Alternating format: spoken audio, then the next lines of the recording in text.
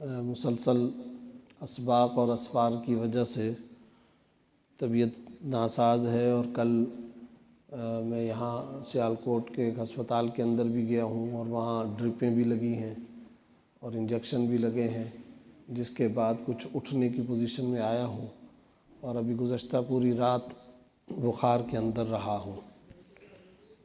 مفتی منیر صاحب سے بارہا عرض کیا تھا کہ ابھی کا یہ پروگرام مؤخر کر دیا جائے، کینسل کر دیا جائے، لیکن چونکہ ایک بات ہے تو اس بات کو پورا کرنے کے لیے حاضر ہوا ہوں۔ بخار بھی ہے، اور پھر فلائٹیں بھی چینج ہو رہی ہیں، اور پھر ہمارے ہاں کچھ اس طرح کا بھی معاملہ رہتا ہے کہ کسی بھی جگہ جائیں تو بس 5 منٹ ادھر آ جائیں تو 5 منٹ ادھر آ جائیں، اور 5 منٹ ادھر آ جائیں۔ اس چکر کے اندر جو ہے نا اگلے پہ کیا بیتتی ہے اس کا ہم عام طور پر خیال نہیں کرتے، ہمیں اپنی بات پوری کروانی ہوتی ہے۔ یہ پاکستان بھر کا، ہم سب کا، ہر جگہ کا یہ تجربہ ہے۔ پھر وہ اگلا بندہ مروت میں رہتا ہے، پھر محسوس ہوتا ہے کہ وہ جب مروت میں، آخر وہ انسان ہے، کسی وقت وہ انکار کرے گا، تو پھر ہم آپس کے اندر تبصرے کرتے ہیں کہ وہ فلانا بڑا متکبر ہے، یا فلانا یوں خراب ہے، یا فلانا یوں خراب ہے۔ تو تھوڑا سا ذرا ہمیں توجہ دینی چاہیے اپنے معاملات کی طرف بھی۔ میں قاری صاحب کا بہت زیادہ شکریہ ادا کرتا ہوں، اور آپ حضرات بھی آج یہاں تشریف لائے، دل سے شکریہ ادا کرتا ہوں۔ اللہ رب العزت آپ سب حضرات کو جزائے خیر عطا فرمائے۔ 2 باتیں بس عرض کرتا ہوں، اس کے بعد اجازت چاہوں گا۔ اگر آپ کی خدمت میں یہ بات عرض کروں کہ عبادتیں زیادہ سے زیادہ کرنی چاہیے، ساری رات نفل پڑھنا چاہیے، تلاوت زیادہ سے زیادہ کرنی چاہیے، اور ذکر اذکار زیادہ کرنا چاہیے، پوری رات محاسبہ مراقبہ کرنا چاہیے، تو یہ صرف اور صرف ایک ظاہری بات ہوگی، اس پر کوئی عمل نہیں کر سکے گا۔ مصروف دنیا ہے، ہر ایک اپنے معاملات کے اندر مصروف ہوتا ہے، تو میں خود نہیں کر سکتا ہوں، جو کہنے والا متکلم ہے تو کیسے کوئی اور کہے گا۔ لیکن ہم سب کو ایک چیز زندگی میں طے کرنی چاہیے، اور وہ کیا چیز طے کرنی چاہیے؟ وہ یہ ہر صورت میں ہمیں طے کر لینا چاہیے کہ میں اپنی زندگی اس طرح سے گزاروں گا کہ کم از کم فرائض اور واجبات کی پابندی ہر صورت کے اندر کروں گا۔ حقوق اللہ اور حقوق العباد کا جو لازم حصہ ہے اسے ہر صورت کے اندر اپناؤں گا، اس پہ کسی قسم کا سمجھوتا نہیں کروں گا۔ کوئی ضروری نہیں ہے کہ آپ پوری رات تلاوتیں کریں، کوئی ضروری نہیں ہے کہ آپ پوری رات نوافل پڑھیں، بے شمار مسائل ہیں، بے شمار ضروریات ہیں، بے شمار امور ہیں، لیکن یہ ضروری ہے کہ ہر صورت میں یہ عزم کروں کہ میں کٹ جاؤں گا، مر جاؤں گا، گل جاؤں گا، سڑ جاؤں گا، رمضان کا روزہ نہیں چھوڑوں گا، فرض نماز نہیں چھوڑوں گا، اور میرے ذمے اگر کسی کا کوئی بندے کا حق ہے تو وہ میں نہیں چھوڑوں گا۔ اس چیز پر ہم سب کو آنا چاہیے۔ زندگی بڑی مختصر ہے، زندگی کی سانسیں چانس کا نام ہے، موت کنفرم اٹل حقیقت ہے، اور چانس کے سہارے کروڑوں سالوں کی زندگی کا رسک نہیں لیا جا سکتا۔ کبھی سوچنا چاہیے ہم سب کو کہ اس وقت ہم یہاں بیٹھے ہیں، کیا اگلے 5 منٹ کی کوئی شخص گارنٹی دے سکتا ہے؟ نہیں دے سکتا۔ ہم آگے کتنا زندہ رہیں گے کوئی گارنٹی ہے؟ کوئی گارنٹی نہیں ہے، کسی قسم کی کوئی گارنٹی نہیں۔ تو جس پانی کے بلبلے اور جس زندگی کے 1 منٹ کا بھروسہ نہیں، اس کی ضمانت اور گارنٹی نہیں، اس کے لیے صبح سے لے کر رات تک محنت ہو رہی ہے۔ اور یہ بتائیے کہ آخرت کی زندگی کے کروڑوں سالوں کا ہمیں یقین ہے یا نہیں ہے؟ کروڑوں سالوں کا امکان نہیں، کروڑوں سالوں کا صرف اور صرف خیال نہیں، تصور نہیں، تصدیق، کنفرم اور اٹل حقیقت۔ تو جس زندگی کے اگلے 2 منٹ 4 منٹ کے 1 سیکنڈ کا ہمیں بھروسہ نہیں، اس کے لیے صبح سے لے کر رات تک محنت، اور جس زندگی کے کروڑوں سالوں کا پکا ٹھکا رب کعبہ کی قسم کھا کر کے کہہ سکنے والا، جو ہم سب کا عقیدہ اور تصور اور ہم سب کا نظریہ ہے، اس کے لیے ہم کوئی محنت نہیں کر رہے۔ اس چیز پر ہم سب کو آنا چاہیے۔ یہ بڑا غیر معمولی معاملہ ہے، اور ہمیں اپنی زندگیوں کے اندر زاویہ نگاہ بدلنے کی ضرورت ہے۔ کیا ہوگا، کیسے ہوگا، کب ہوگا، آخر کب ہم تبدیل ہوں گے؟ اور بس اسی طرح سے زندگی گزر جائے گی، اسی طرح سے ہو جائے گا۔ ایک دن، آج کل تو عجیب و غریب زمانہ ہے، اب تو وہ جو آپ صلی اللہ علیہ وسلم نے فرمایا تھا کہ آخری دور کے اندر اچانک موتیں عام ہو جائیں گی، یہ وہ والا زمانہ گزر رہا ہے۔ آئے دن صبح واٹس اپ اٹھاؤ، میسج اٹھاؤ، فلانا پاس رہے، فلانا بھی گیا، فلانا بھی گیا، اور پھر ہم دل کو تسلی دینے کے لیے یہ بات کہتے ہیں، اچھا وہ مر گیا نا، اس کو کیا ہوا تھا؟ اچھا اس کو کون سی بیماری تھی؟ تو کیا مرنے کے لیے بیماری شرط ہے؟ سب ڈھکوسلے، سب فضول کی باتیں، سب شیطانی تصورات، سب شیطانی دھوکے، فریب۔ کیا وہ فلانا مر گیا اس لیے کہ وہ بوڑھا تھا؟ تو قبرستانوں میں لاکھوں کی تعداد میں جوان بھی پڑے ہوئے ہیں۔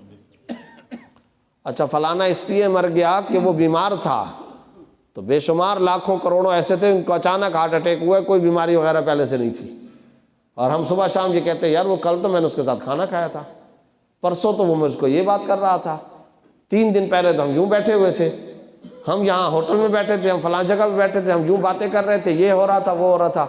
تو کیا ہوا تھا؟ کیا ہوتا ہے؟ یہ اچانک موتوں کا جو سلسلہ چل رہا ہے، اور پھر یہ جو کرونا وغیرہ آیا، اس نے تو اور دنیا کی بے ثباتی دکھا دی ہے، اور بہت کچھ ہمارے نظر ثانی کے لیے اس وبا کے اندر تھا۔ شاپنگ سینٹر میں نہیں گئے تھے نا کرونا کے زمانے میں، تو زندہ ہے نا، مر تو نہیں گئے۔ نئے برانڈ کی گاڑیاں نہیں لی تھی نا، تو زندہ ہیں، مر تو نہیں گئے۔ اچھے کپڑے کرونا کے دوران کے اندر نہیں لیے نا، کوئی کہتا ہے کرونا سازش تھی، یہ تھا یا نہیں تھا، وہ اسے چھوڑیں، لیکن ہم تو رکے رہے، نئے کپڑوں سے، نئے برانڈ سے، نئی گاڑیوں سے، تقریبات سے، شاپنگ سے اور دنیا داری کے تمام معاملات سے تو نہیں مر گئے نا۔ یہی اصل کے اندر ایک مومن کی ہمیشہ کی زندگی ہونی چاہیے، یہ ہے ہمیشہ کی زندگی کا تصور۔ تو اس لیے جو شارٹ کٹ بات ہے وہ یہ کہ ہمیں اپنی زندگی کے اندر اس طرف ضرور متوجہ ہونا چاہیے۔ دوسری گزارش یہ ہے کہ اسلام کا ناقص فہم اب یہ عام ہو چکا ہے، اسلام کا ادھورا فہم۔ وہ کیا؟ ہم سمجھتے یہ ہے کہ اسلام کا مطلب یہ ہے کہ نماز، روزہ، زکوٰۃ، حج۔ چنانچہ میرے گھر کے اندر والد کے انتقال کے بعد میں نے کتنے سارے لوگوں کی میراث کا مال غصب کر کے رکھا ہوا ہے۔ دادا، نانا، والد، والدہ کے مرنے کے بعد مجھے فوری طور پر میراث کو، ترکے اور جائیداد کو تقسیم کرنا تھا، تو میں نے کیا کیا؟ اس حوالے سے حرام کھا رہا ہوں، دو ٹوک لفظوں میں کہنا چاہیے۔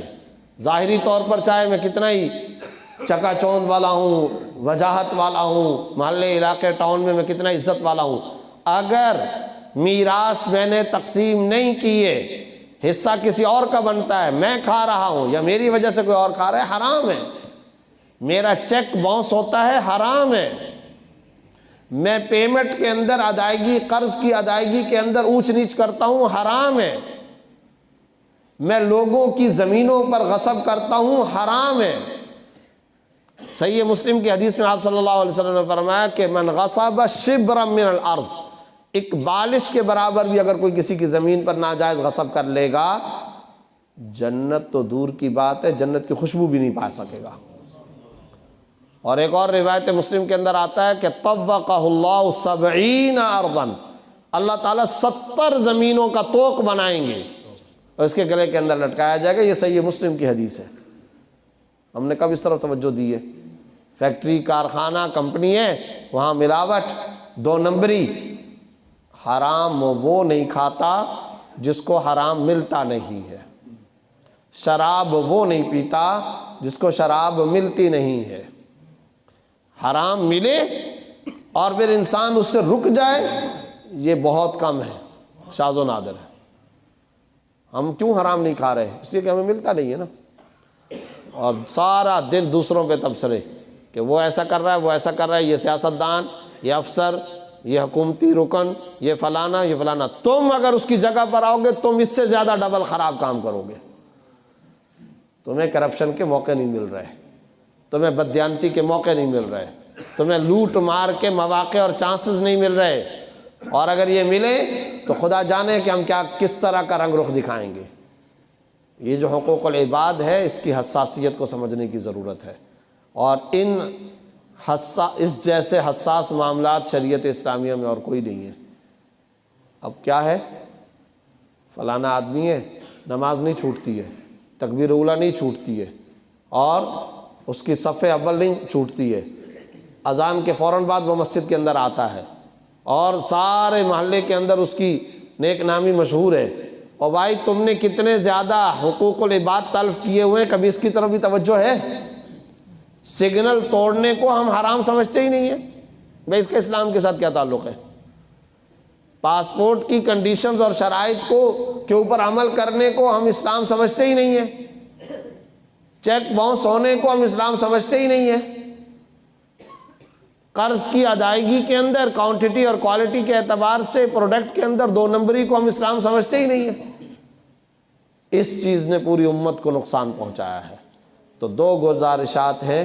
پہلی گزارش، ہمیں اپنی زندگی کے اندر یہ تبدیلی لانی چاہیے کہ فرائض اور واجبات کی میں پابندی کروں گا، ہر صورت کے اندر پابندی کروں گا، نیا تعلق اسلام کے ساتھ میں رکھوں گا، تجدید ایمان کروں گا، اور ہر صورت کے اندر میں فرائض اور واجبات کے اندر کوئی کمی کوتاہی غفلت نہیں برتوں گا. اور دوسری گزارش وہ یہ ہے کہ حقوق العباد کے سلسلے کے اندر میں کسی قسم کی کمی کوتاہی نہیں رکھوں گا.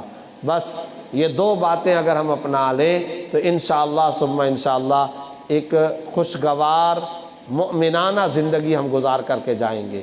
رسول اللہ صلی اللہ علیہ وسلم نے ارشاد فرمایا، وہ قابل رشک مسلمان اور مومن جو اس حالت میں دنیا سے جائے اس کی پیٹھ ہلکی ہو، لوگوں نے تو اس کا دینا ہو، اس نے کسی کا نہ دینا ہو. فرمایا یہ قابل رشک مسلمان ہے. اللہ رب العزت ہم سب کو اس کی توفیق عطا فرمائے. آپ حضرات کی آمد کا بھی بہت زیادہ دلی طور پر شکریہ ادا کرتا ہوں، اور انہی الفاظ کے ساتھ اجازت طلب کرتا ہوں. وآخر دعوانا الحمدللہ رب العالمین.